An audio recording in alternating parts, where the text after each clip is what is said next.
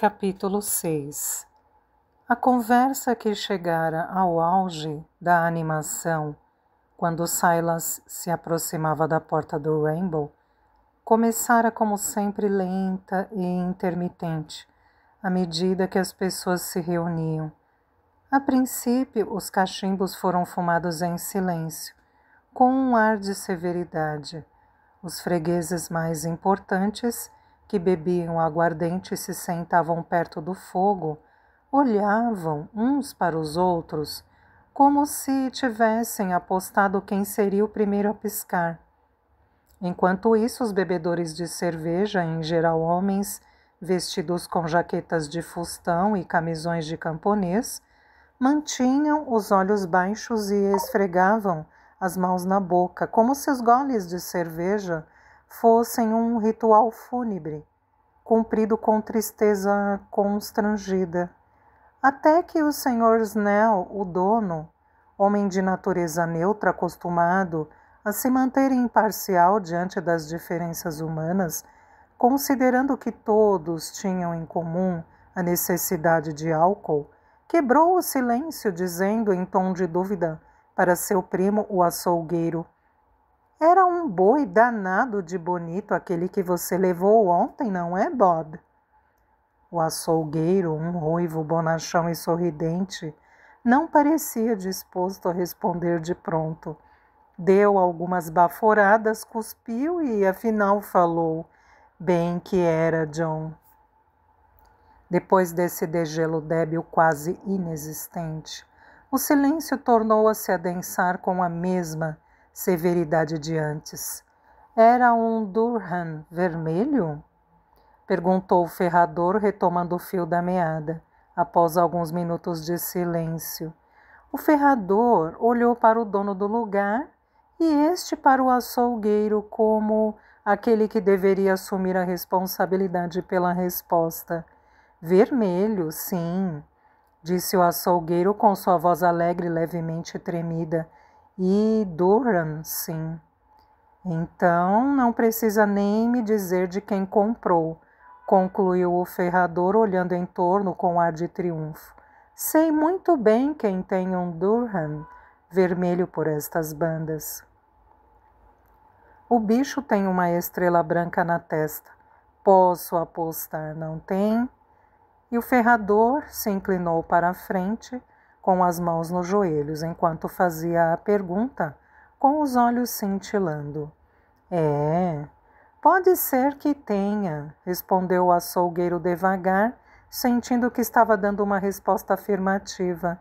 "Não estou dizendo que não." "Eu sabia", continuou o ferrador, tornando a se recostar e falando em tom de desafio. "Se eu não conheço as vacas do Sr. Lemmeter, quero saber quem conhece. Essa vaca que você comprou, não sei se barato ou caro, eu já cuidei dela. Quero ver quem vai me desmentir." O ferrador fez um ar feroz e a conversa do manso açougueiro já começava a subir de tom. "Não sou de desmentir ninguém", disse ele. "Sou um homem de paz. Tem gente que gosta de cortar costela em tira comprida. Já eu prefiro cortar curta, mas não discuto por causa disso. Só digo uma coisa: é um bicho bonito, e qualquer homem normal ia chorar só de olhar para ele." "Bom, é a vaca de que eu cuidei, isso eu sei", continuou o ferrador zangado. "E era sim a vaca do Sr. Lemmeter. Ou então você estava mentindo quando disse que o bicho era um Durham vermelho?" "Eu não minto", retrucou o açougueiro, com a mesma aspereza contida de antes. "E também não desminto ninguém, nem que jure em falso. Ele não é parente meu, nem eu lhe devo dinheiro. Só digo uma coisa: é um bicho bonito. O que eu digo está dito, mas não quero saber de discutir com ninguém." "Não", disse o ferrador cheio de sarcasmo, olhando em torno para os outros fregueses. "E aposto que você também não é um cabeça dura." que não disse que o bicho era um Durham vermelho e que também não falou que tinha uma estrela branca na testa. Disse e depois desdisse. Calma, calma, intercedeu o dono do lugar. Vamos deixar essa vaca para lá. A verdade está no meio do caminho. É como eu sempre digo, os dois têm razão e nenhum tem também. Não sei se a vaca era do Sr. Lemmeter, mas sei de uma coisa, o Rainbow é o Rainbow. E por falar nisso, já que estamos falando nos Lemmeters, você conhece o homem melhor do que ninguém, não é, Sr. Massey? Lembra quando o pai do Sr. Lemmeter apareceu por estas paragens pela primeira vez e comprou a fazenda Warrens? O Sr. Massey, alfaiate secretário do pastor, tendo sido obrigado por causa do reumatismo a dividir esta última função com um jovem baixinho que estava sentado à sua frente, inclinou para o lado a cabeça de cabelos brancos e rodou os polegares com um ar de autossatisfação, misturado a uma pitada de crítica. Deu um sorriso de pena e, em resposta ao comentário do dono do Rainbow, disse: eu sei. Mas prefiro deixar que os outros falem. Já estou na idade de dar lugar para os mais jovens. Pergunte a quem aprendeu a pronunciar bem as palavras. As coisas agora são assim. Se está falando de mim, Sr. Massey, disse o subsecretário nervoso e polido, não sou tolo de falar sobre o que não me compete. É como diz o Salmo. Sei o que é certo, e não apenas isso, como também pratico o que sei. Ah, então seria bom se não saísse do tom depois de escutar qual é. Já que gosta de praticar, que pratique isso, disse um homem grandalhão de aspecto jocoso. Durante a semana ele era carpinteiro especialista em consertar e construir carroças, mas aos domingos se transformava em regente do coro da igreja. Piscou o olho enquanto falava, dirigindo-se a dois outros que estavam ali e que também eram do coro, conhecidos como baixo e contralto, na certeza de que estava expressando o que sentiam todos os músicos de Raveloe. O Sr. Tukey, o subsecretário, impopular como sempre são os vices, ficou vermelho, mas respondeu com cuidadosa moderação. Sr. Winthrop, prove se puder que estou errado. Não vou dizer que não mudaria de ideia, mas conheço certas pessoas que só se baseiam nos próprios ouvidos e querem que todo o coro vá atrás delas. Espero que duas opiniões diversas possam existir ao mesmo tempo. Sim, disse o Sr. Massey, satisfeito com aquele ataque à presunção da juventude. Você está certo, Tukey. Sempre há duas opiniões. A opinião que um homem tem de si e a que os outros têm dele. Haveria duas opiniões até sobre um sino rachado, se o sino rachado pudesse ouvir a própria voz. Bem, Sr. Massey, retrucou o pobre Tukey, muito sério em meio à gargalhada geral, pois eu assumi parte das funções de subsecretário do pastor, graças ao pedido do próprio Sr. Crackenthorpe, devendo me apresentar sempre que sua enfermidade o afastasse, e é também um dos direitos deste ofício participar do coro da igreja. Caso contrário, o senhor mesmo não o teria feito. Ah, mas este senhor aqui e você são duas pessoas muito diferentes, disse Ben Winthrop.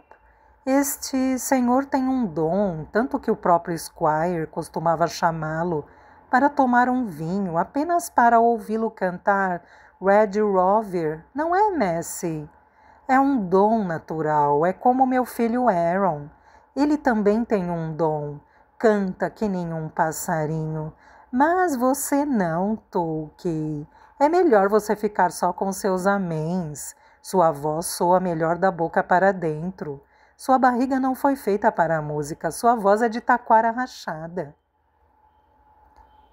Esse tipo de franqueza acachapante era a forma mais provocativa de piada para os frequentadores do Rainbow, e o insulto de Ben Winthrop foi sentido por todos, como tendo se igualado ao epigrama do Sr. Messi. Já entendi tudo, disse o Sr. Tuque, não conseguindo mais manter a frieza. Há uma conspiração para me tirar do coro, para que eu não tenha minha parte no dinheiro do Natal. É isso. Mas vou falar com o Sr. Crackenthorpe. De ninguém vai me passar para trás. Não, não, Tuque, retrucou Ben Winthrop. A gente paga a sua parte para você ficar de fora, que tal? Há casos em que um sujeito paga para se ver livre de uma coisa, como os insetos, por exemplo. Calma, calma, intercedeu o dono do Rainbow, para quem a ideia de pagar pela ausência de alguém era um princípio nocivo à sociedade.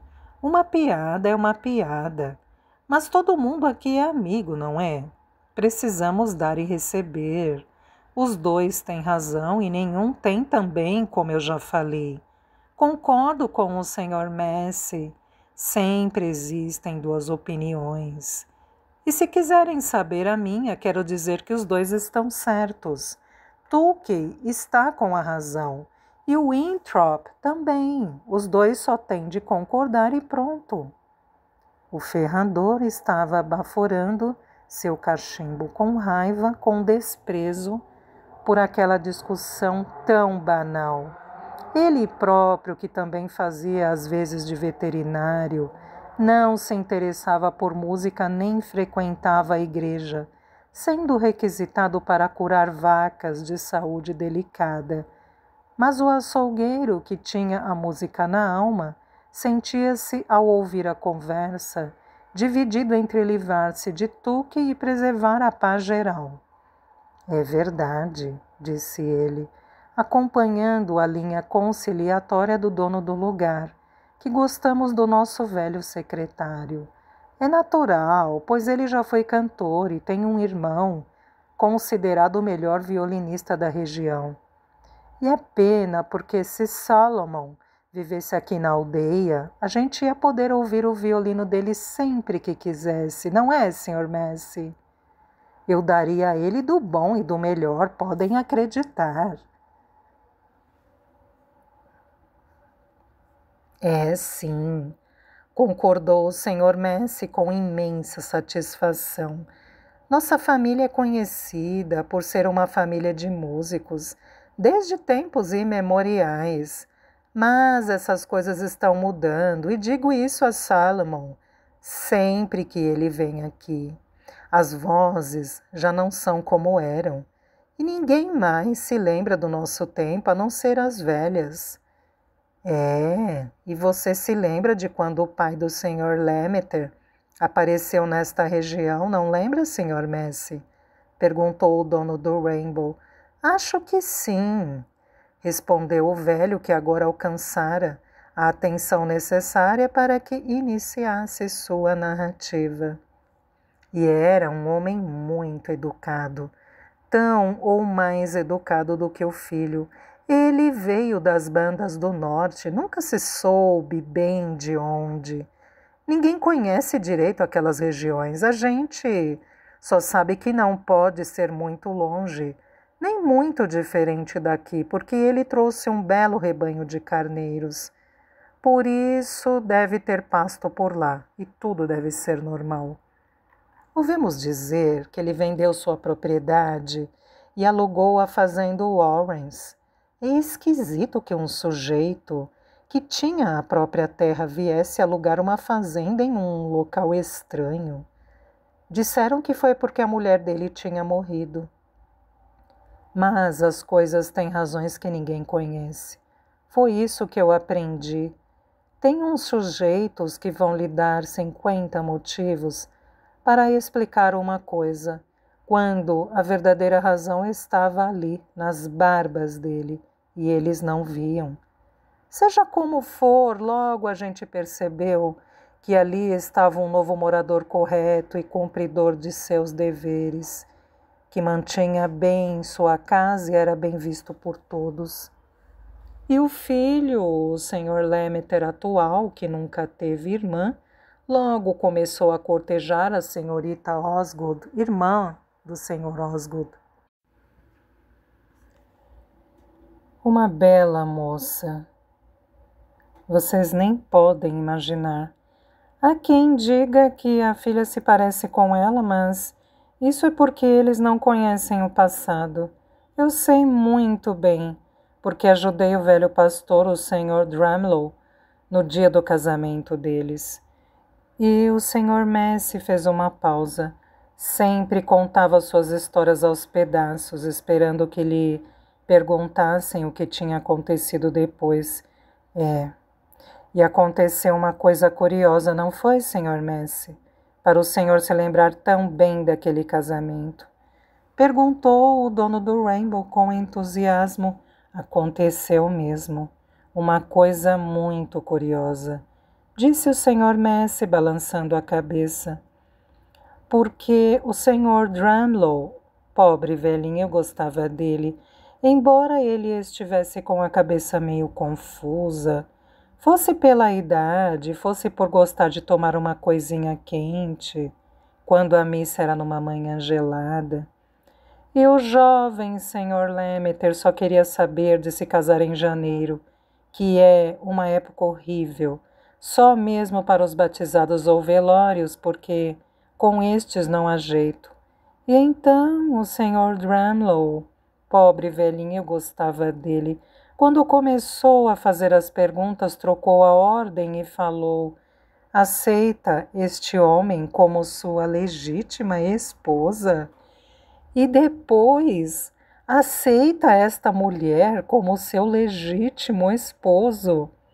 E o mais engraçado é que ninguém prestou atenção, só eu. E os dois responderam sim. Do mesmo jeito que eu digo amém na hora certa, sem ouvir o que veio antes. Mas o Senhor sabia bem o que estava acontecendo, não sabia, Sr. Messi? Estava prestando atenção, não estava?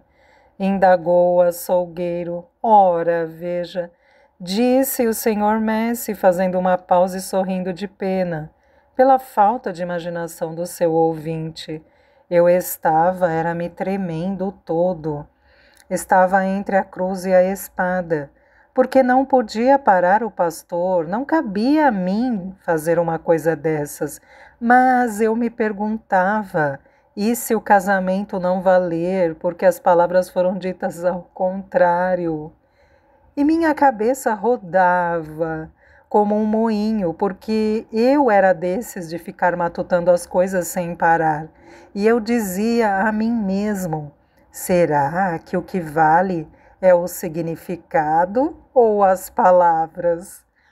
Porque a intenção do pastor era boa, e a da noiva e a do noivo também.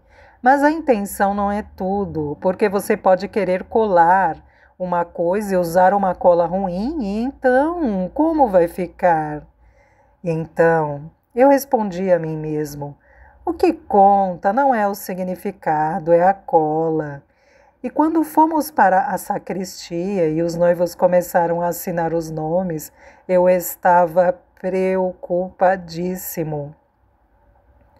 Como se tivesse 3 sinos para tocar ao mesmo tempo.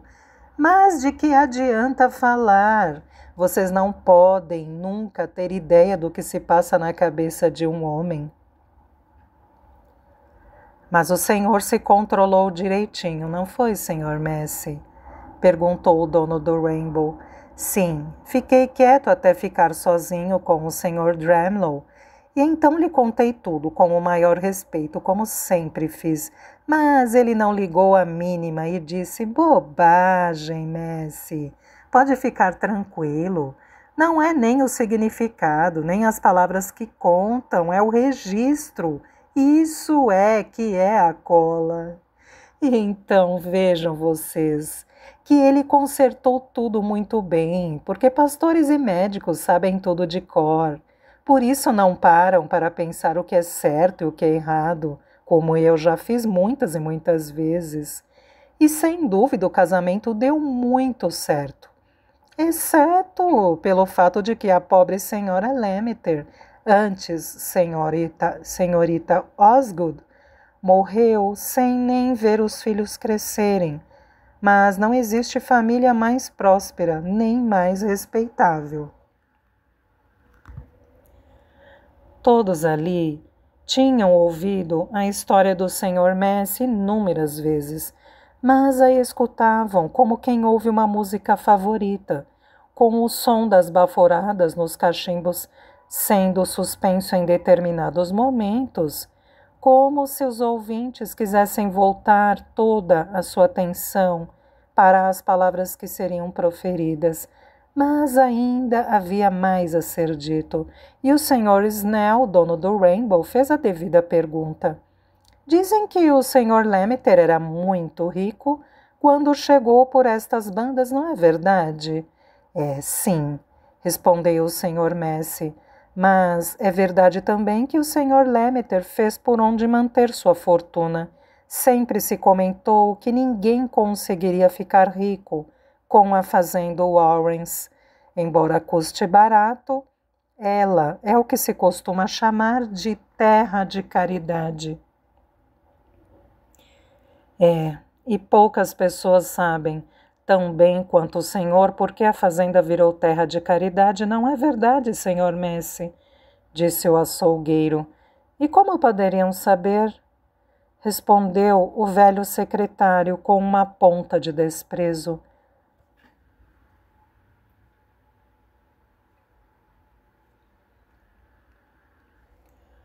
Foi meu avô quem fez os uniformes dos empregados para aquele Sr. Cliff. O tal que mandou fazer os estábulos enormes na Warrens. Aqueles estábulos são 4 vezes maiores do que os do Squire Cass, porque Cliff só queria saber de caçadas e cavalos. Um alfaiate de Londres, o pessoal dizia, que tinha roubado tanto dos clientes a ponto de ficar maluco, porque não conseguia cavalgar. Deus do céu! Diziam que não conseguia ficar em cima do cavalo. Era como se tivesse uns gravetos no lugar das pernas. Meu pai ouviu o velho Squire Cass contar isso mais de uma vez, mas mesmo assim ele cavalgava como se o diabo estivesse puxando as rédeas. E tinha um filho, um rapaz de 16 anos, e não queria saber de outra coisa, só de obrigar o menino a cavalgar o tempo todo, por mais medo que o garoto tivesse.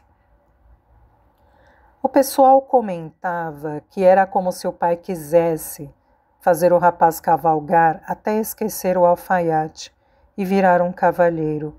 E olhem que eu mesmo sou alfaiate, e agradeço a Deus me ter feito um, tenho orgulho disso. Até porque, Messi, a alfaiate é o que diz a tabuleta na porta dos membros da minha família, desde a época em que a cabeça da rainha estava na moeda de 1 shilling. Mas Cliff se envergonhava de ser chamado de alfaiate e ficava fulo da vida quando as pessoas debochavam de seu jeito de cavalgar e nenhum dos fazendeiros aqui da região o aturava. Até que o pobre rapaz ficou doente e acabou morrendo. E o próprio Cliff também não durou muito e morreu também. Dizem que ficou meio ruim da cabeça, pois saía no meio da noite com um lampião na mão e ia para os estábulos e fazia umas fogueiras, pois não conseguia dormir. E lá ficava de pé, batendo com o chicote e olhando para os cavalos. O povo dizia que era um milagre não ter acontecido um incêndio nos estábulos e os pobres cavalos não terem morrido. Mas, afinal, Cliff morreu. E então descobriram que ele tinha deixado todas as propriedades, incluindo a Warrens, para uma instituição de caridade de Londres. E é por isso que a fazenda Warrens virou terra de caridade. Mas o Sr. Lemmeter nunca usou aqueles estábulos. Ficou tudo podre. Meu Deus do céu! Se alguém batesse uma daquelas portas ia aparecer um trovão passando pela aldeia. Mas acontecem mais coisas naqueles estábulos do que as pessoas enxergam durante o dia, não é, Sr. Messi? É, sim. É só passar por lá numa noite escura, basta isso, respondeu o Sr. Messi, piscando o olho com um ar misterioso. E então jure, se quiser, que não viu luz nos estábulos, nem ouviu o som das patas dos cavalos ou o estalar do chicote e gemidos também. Se já for madrugada. Desde que eu era pequeno, aquilo ali é chamado de feriado de Cliff. Dizem que é porque o chifrudo deu um feriado para ele antes de botar o homem para assar, e é por isso que ele está ali. Foi o que meu pai me contou, e meu pai era um homem sério. Embora hoje existam homens que conhecem coisas que aconteceram antes até de eles nascerem. O que você acha disso, hein, Dawlas? Perguntou o dono do Rainbow, virando-se para o ferrador, que parecia impaciente, louco para dar sua opinião. Resolva esse mistério. O Sr. Dawlas era o mais cético do grupo e se orgulhava disso. O que eu acho? Eu digo o que deve dizer um homem que não tapa o sol com a peneira. O que digo é que estou pronto a pagar 10 libras a qualquer um que queira ir comigo numa noite aos estábulos da Warrens. Aposto que não íamos ver luz nenhuma, nem ouvir barulho nenhum, a não ser a respiração saindo dos nossos próprios narizes. É o que digo, e venho dizendo há muito tempo.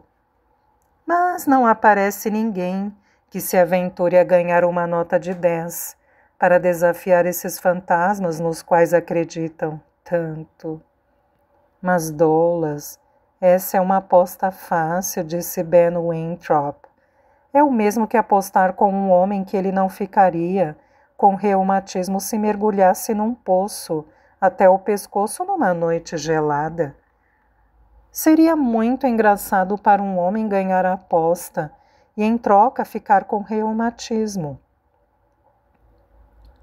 O pessoal que acredita no feriado de Cliff não vai se arriscar por causa de 10 libras. Se o Sr. Dawlas quiser saber a verdade, intercedeu o Sr. Messi, com um sorriso sarcástico e batendo os dedos polegares, ele não deve fazer aposta, não. Deve ir sozinho até lá. Ninguém vai dizer para não ir. E aí vai poder nos dizer se estamos errados. Obrigado, sou-lhe muito agradecido, disse o ferrador com desdém. Não tenho nada a ver com a idiotice dos outros. Eu não estou querendo descobrir se existem fantasmas, porque já estou cansado de saber. Mas não sou contra a ideia de uma aposta, tudo feito de forma clara e honesta. Se alguém quiser me oferecer 10 libras para ir sozinho até o feriado de Cliff, eu vou. Não preciso de companhia, farei isso sem problema. Tão certo quanto estou agora fumando este cachimbo. Mas quem irá vigiá-lo, Dawlas, para ter certeza de que você foi mesmo? Isso não é aposta que se faça, retrucou o açougueiro. Não é aposta que se faça? Respondeu o Sr. Dawlas irritado. Quero ver alguém aqui se levantar e dizer que estou tentando passar a perna em alguém. Vamos, Sr. Landy. Quero ouvir isso da sua boca.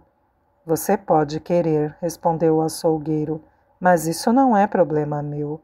Não faço aposta com você, nem vou pagar seu preço. Se alguém quiser fazer a aposta, que faça. Eu sou a favor da paz e da tranquilidade, mais nada. Isso é o que diz qualquer bestalhão tagarela. quando é ameaçado por uma surra de vara, disse o ferrador. Não tenho medo nem de homem, nem de fantasma, e me disponho a fazer uma aposta honesta. Eu não boto o rabo entre as pernas. Mas eu acho o seguinte, Douglas, disse o dono do Rainbow, num tom mais tolerante e manso. Na minha opinião, há sujeitos que não conseguem ver fantasmas, nem que estejam bem na frente deles. E há motivos para isso. Minha mulher, por exemplo, não consegue sentir cheiro de nada, nem se botarmos o queijo mais forte que existe debaixo do nariz dela. Eu, de minha parte, nunca vi fantasma, mas costumo dizer a mim mesmo, vai ver que não tenho nariz bom para isso. O que quero dizer é que estou comparando um fantasma com um cheiro ou vice-versa. Por isso estou a favor dos dois lados. É como sempre digo, a verdade está na média. E se Douglas fosse e ficasse lá a noite toda e não visse nem sinal do feriado de Cliff, eu estaria do lado dele. E se alguém garantisse que o fantasma existe, eu o apoiaria também, porque é no cheiro que me baseio. O argumento analógico do dono do Rainbow não foi muito bem recebido pelo ferrador, que detestava concessões. Não, disse ele, pousando o copo e voltando a ficar irritado. O que é que o cheiro tem a ver com isso? Algum dia já se soube de um fantasma que tivesse deixado alguém com o olho roxo? É isso que eu gostaria de saber. Se os fantasmas quiserem que eu acredite neles, vão ter de parar de se esconder em lugares escuros e desertos. Quero que apareçam onde há velas acesas e muita gente reunida. Como se os fantasmas fizessem questão de que gente assim tão ignorante acreditasse neles, retrucou o Sr. Messi, desprezando a inabilidade crassa do ferrador para apreender as condições dos fenômenos espectrais.